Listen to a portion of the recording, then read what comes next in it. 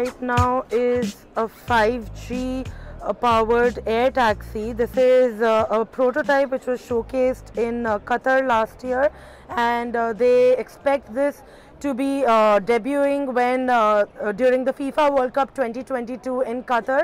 So the 5G technology in this air taxi is being implemented by Ericsson. It's an autonomous taxi. It does not need a driver, and it's a driverless taxi. The flight time is about 20 minutes, and it can go up to 3,000 meters high up in the air. What I'm seeing in front of me right now is a VR demo of how it's going to feel like being in this taxi, and it's pretty cool actually. The VR demo has been implemented really well.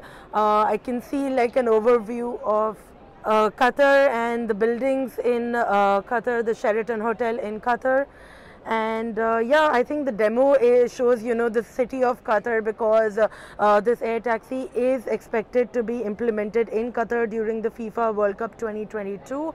It's been made by a Chinese company called Ehang, and it works completely on 5G. It's a little bit scary because, you know, the flight time is just 20 minutes, so I'm not sure what happens if, you know, you exceed those 20 minutes and you go on to 25. I'm guessing there are going to be safeguards in place to, you know, just keep the flight time under 20 minutes, maybe 15 minutes, so as to not have this thing drop just out of the air. What I can see right now in front of me is the venue which is being prepared for the FIFA World Cup 2022, and it's a really cool demo that these guys are showing off over here at MWC 2019.